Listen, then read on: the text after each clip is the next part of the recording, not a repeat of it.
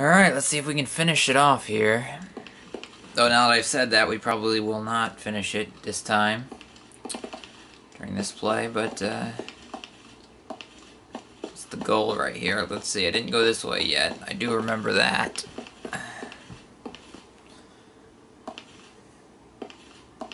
Let's see.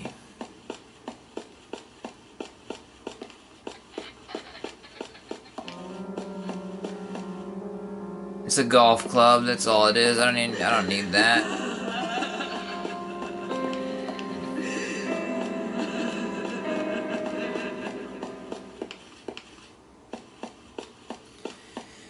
And what's over here?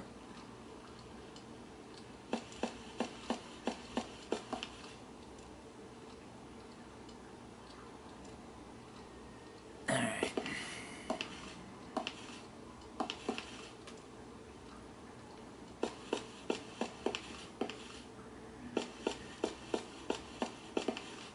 What is this? What goes back here? Boxes. This is like a long hallway. Is this actually the way you're supposed to go?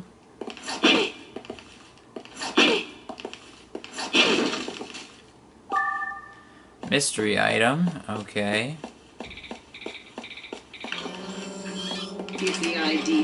Oh, great.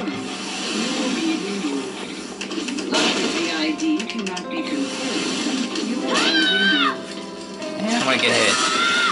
Lovely.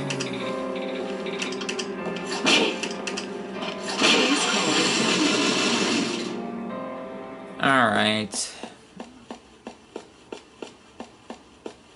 Maybe this is really the way we're supposed to go. Maybe I need to...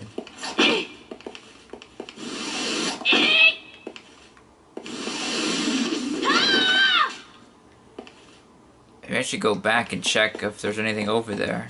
I don't know. No, let's go this way. And if there's a door, I guess I'll go back, but... If the ID cannot be confirmed, you will be removed. If the ID cannot be confirmed... Oh man, didn't think it would do that fast.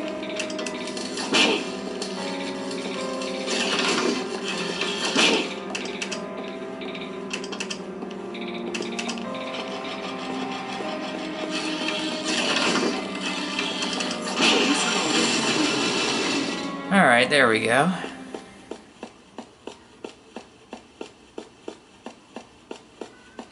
Yeah, this looks like this is the way to go. It must be. But I want to go back and see what the other place was then.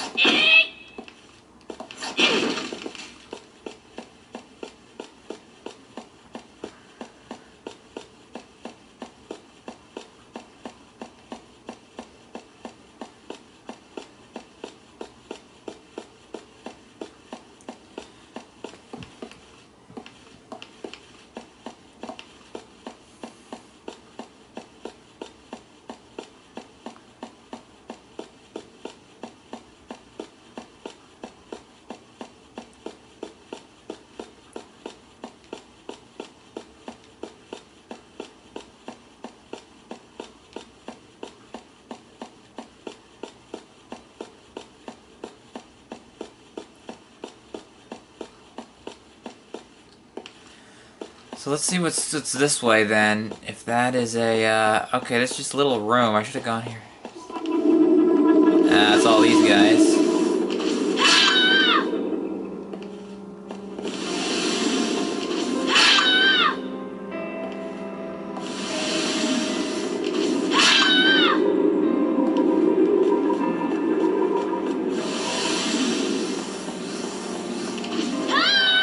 Okay, how did it miss all of them?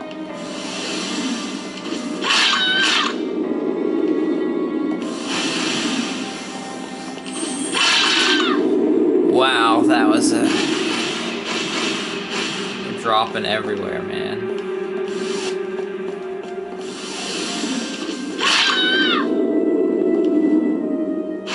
Alright. Now what does this say? kill 2 birds with 1 stone? Hey, they got some cryptic messages in this game. See if it'll tell me what it is.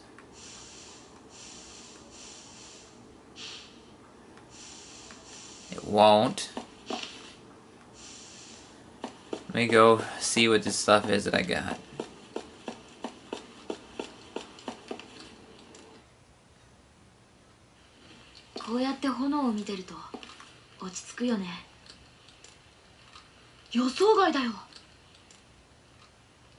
Oh, yellow ball latte? Lotte? I don't know. A tall human was watering the garden. His white shirt and black slacks were simple and clean. Teacher! As the 2 young children called out, a man who was watering the grass raised his head. Yes? Anything the matter? The man they called teacher kneeled down to peer at the young boy through his glasses. Teacher, when's Lotte coming back? The question came from a little girl. Even from a distance, I could see the man's face grow dark. Teacher, when will Lotte ever come back? The little boy looked up expectantly, but their teacher could only furrow his eyebrows and purse his lips. More children gathered, questions alight on their small faces. Their matching white shirts were tattered with use. I could imagine that Lotte, too, had joined this circle with her signature yellow bell. The young children didn't appear to have parents. They lived in a big plain house with a man they called teacher. Well, what's taking her so long? She's gone away before, but the teacher murmured an excuse, but the children wouldn't be soothed. We want to play with Lotte again. Maybe Lotte's sick. Maybe she's hurt. I bet she misses us. She must miss us. As worry spread among the children, the teacher asked them a question. Let me ask you, does it make you sad to think that Lotte is lonely? Of course. We miss her. The teacher nodded and continued. Then if Lotte knew how you missed her, it'd make her sad, right? His voice was gentle. As I watched from a distance, I hesitated momentarily. I knew that the yellow bell that Lotte possessed was from this orphanage, which was why I'd come, but I couldn't imagine that she really had a family in this place. Why would anyone care if she were gone? Their worries now put to rest. The children returned to their games, but one girl lingered behind, a freckled girl with curly hair. But we're all... The girl mumbled, looking down at her feet. We're all still sad, even if Lotte isn't lonely. The teacher put his hand on top of the girl's head. I suppose there are some things that can't be helped. I know what you do at night. What? The girl blurted, looking at him. I don't want to know what he does at night. If you really felt it couldn't be helped, then you wouldn't be out searching for Lotte every night after we've gone to sleep. The teacher quickly put a finger on his lips. Everyone's worried enough as it is. But now I'm more worried about you, teacher. The man simply nodded with a sad smile at the girl's words. I know that, and I'm sorry.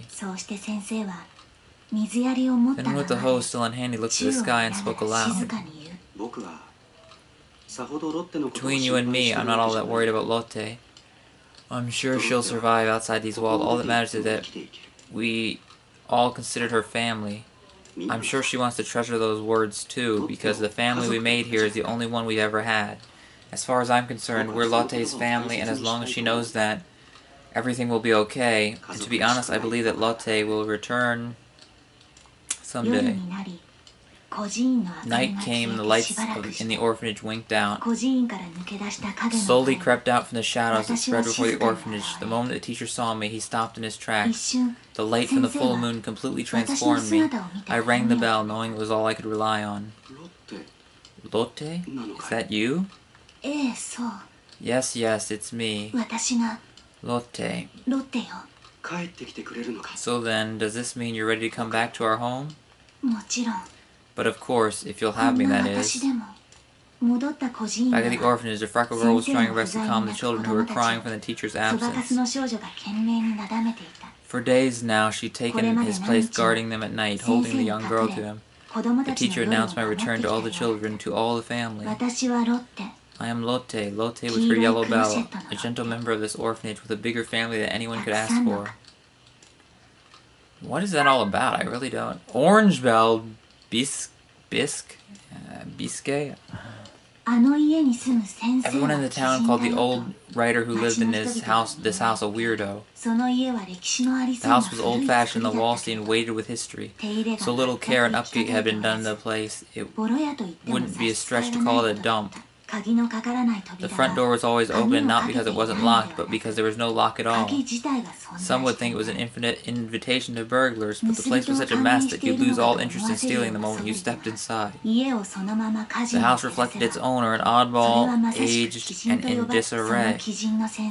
And this day, that oddball writer was laying in the middle of his hallway. For a moment I thought he was dead, but every once in a while his finger would twitch, betraying signs of life. The bones in the back of his hand stood out, gnarled under the paper-thin skin. But his slicked-back hair looked young. The black-framed glasses he habitually wore stayed on. Even after his fall, he'd probably worn those glasses so long they were a part of his very being. And there he lay, weaving my way through the filth and the clothes and the furniture. I entered the house, and he didn't even notice. He called my name in a gravelly voice. With each call, my body would shiver with surprise, and the bell would ring. It was a refreshing sound. The old man must have heard it too. He immediately leapt off the floor and turned his back to me. Not another step! The man almost spat out. I don't want you coming near me. And with that, he went back to the mountain of papers that buried what might have been a desk. His hand never stopped moving as he scratched at his head. Believe it or not, he'd call out, drop to the floor, and do it all again. I was thoroughly baffled, and so I sat in the corner of the writer's room until night fell. The bell at my neck continued to tinkle lightly as I tilted my head. Can this man truly be Bisque's family? I came to check up on him every few days, but each time he'd act just as wild and nonsensical. When he wasn't throwing himself on the floor, he was completely immersed in his writing. Disturbed by his unnatural behavior, I tried my best not to allow my bell to ring, so I stayed nestled in the corner until I finally heard the sound of a pen sliding across the desk. Phew. A loud sigh was immediately followed by a loud thud. He'd fallen backwards off his chair. Finally finished. The way he breathed those words sounded so unlike his usual crazed tone. I lifted my head, and the bell chimed to him gently. With his back still on the floor, he let out a low moan.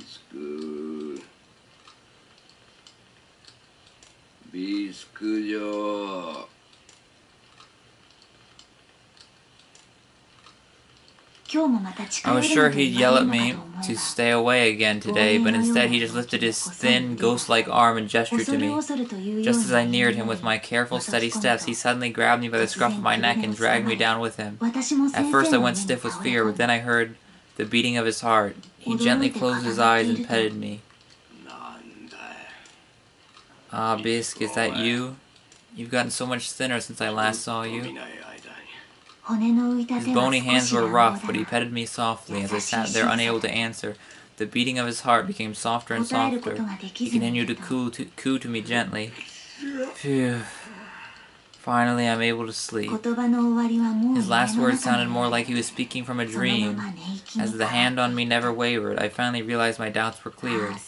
I understood now that this was the orange-belled Bisque's family. And as I gently closed my eyes, I could feel the sound of my own heartbeat slowly melting free of its ice. I am Bisque. Bisque with her orange bell, a foster child who brings peaceful slumber to the master writer, whom everyone called crazy.